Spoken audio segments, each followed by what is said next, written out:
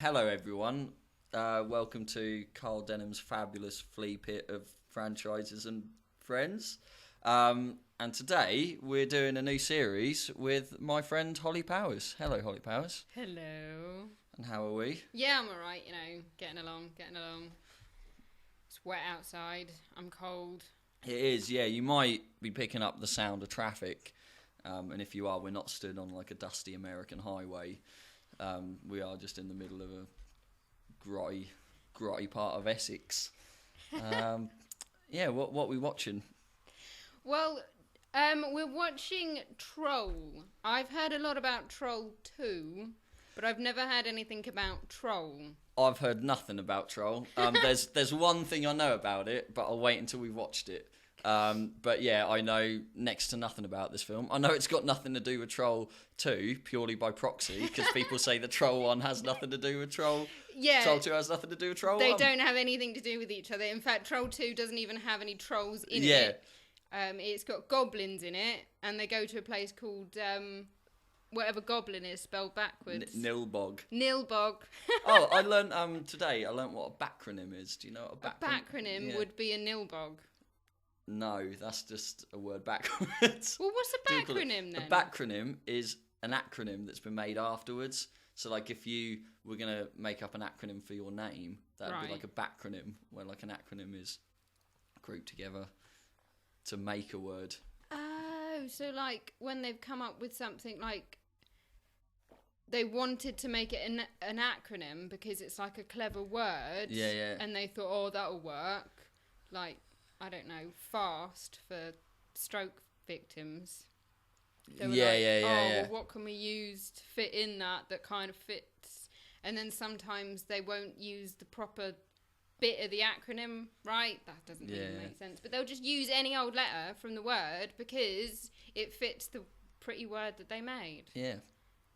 Oh, I've got a video cassette somewhere. That isn't the whole story. Called Black Samurai, right? And I don't think it's been ported to DVD yet, but I will look. It's got Jim Kelly in it, the guy with the afro from Enter the Dragon, and he plays like a secret agent, and it's really low budget, but like beautifully shit. And I think he works for a secret agency called Dragon, and that's spelled all caps with dots in the middle of them, like an acronym.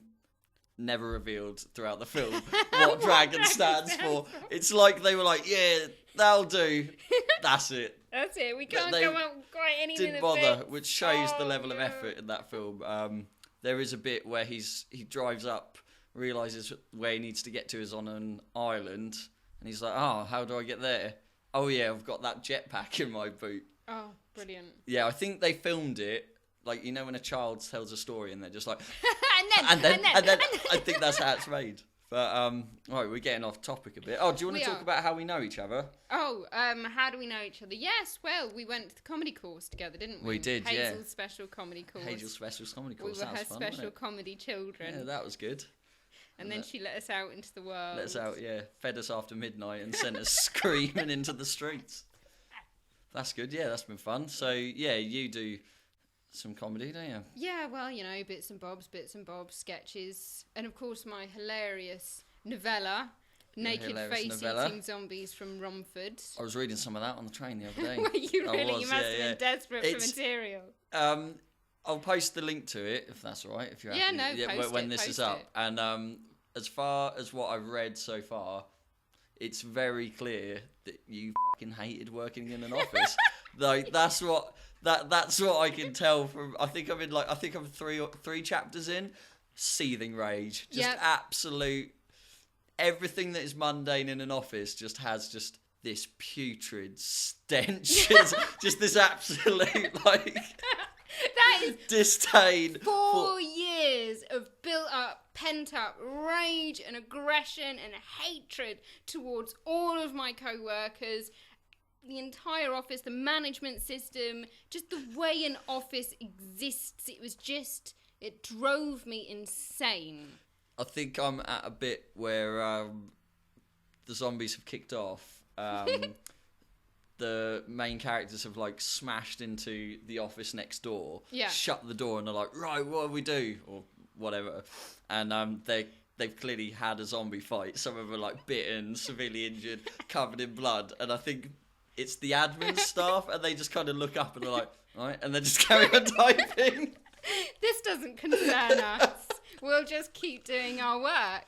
And that's basically what happens in an office all day, every day. Been enjoying that. That's good. Yeah, I'll post links to that. You've got a blog as well, haven't you? Yeah, of course I have. Everybody has a blog. I don't update it as much as I should. I think the last one was about Pluto. And depending on when this episode is out. Yeah, no, that'll still be the last one, probably for the next 3 years. There you go. That's all right then. Yeah, Pluto's been demoted. Does it care? No, it doesn't. No, it's irrelevant, isn't it? It has no idea. It doesn't know. But yeah, no, I'll do it. I'll do another wonderful blog at some point. No, it's good. It's funny. I enjoyed your rants on was it Orange Is the New Black? You had like it's on demand. I'll watch it when I want to. Yeah, well, if it is on demand, I will watch it when I want. That's the point in on demand, isn't it? You watch it when you want. You don't get swept along in the wave of people on Twitter telling you what's happening. You have to join the conversation. I don't want to join their conversation. Yeah, unless it's the Great British Bake Off. Oh.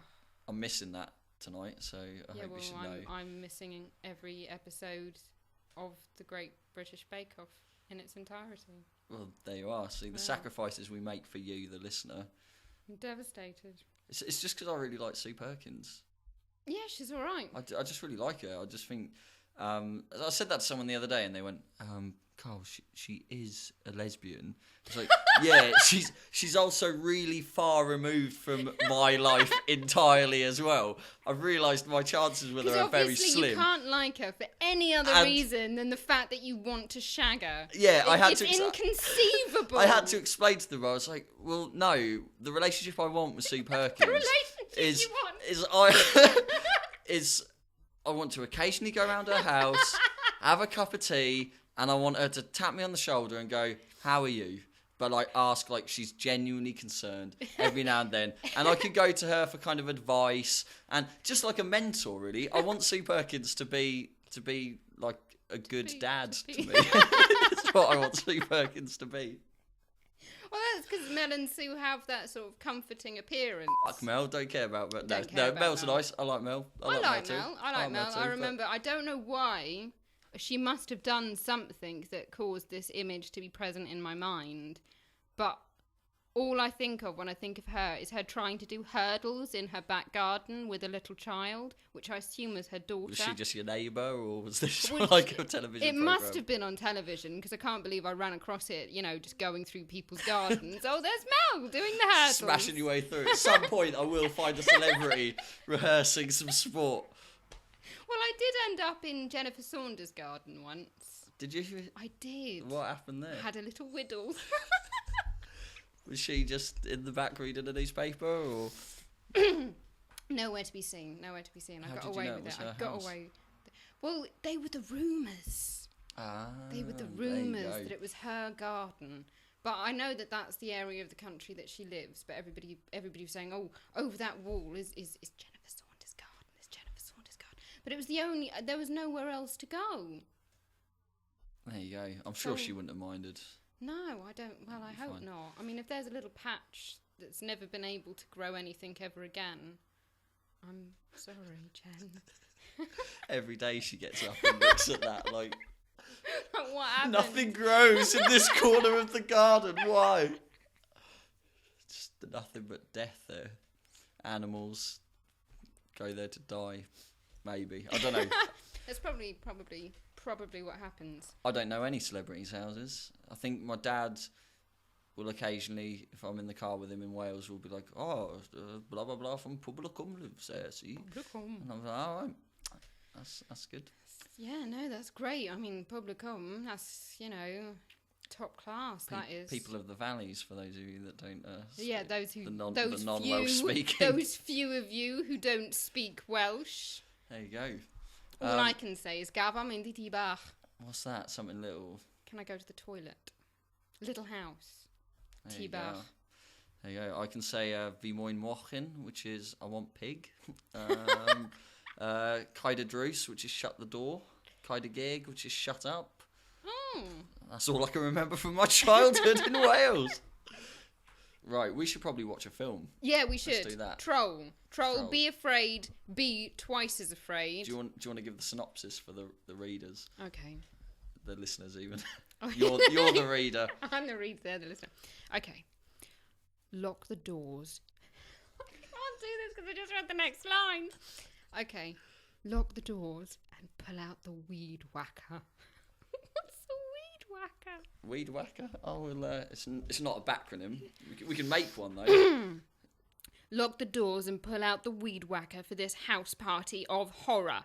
One family is about to find out there's no place like home when a troublesome troll starts taking over their building, transforming each apartment into an overgrown garden of ancient evil and turning its tenants into a horde of hairy hobgoblins. Michael Moriarty and Julia Louis-Dreyfus star in this super slimy scarefest that's a special effects pig out. Those actors have the names of characters in films rather than actors' names. A weed whacker is just a string trimmer. So just like a hedge trimmer. Why do they have to call it something so absurd when it's meant to be horror? Must just be an American thing. Right, let's tuck into this. Okay. Okay, right. Got a very enticing little troll on the front cover, so I'm up for this. Okay, right. Enjoy your interlude, and we'll be back in a mo. What's my name? It's Ted Bundy. What's my name? It's Ted Bundy. Bundy. Bundy. Bundy. Bundy.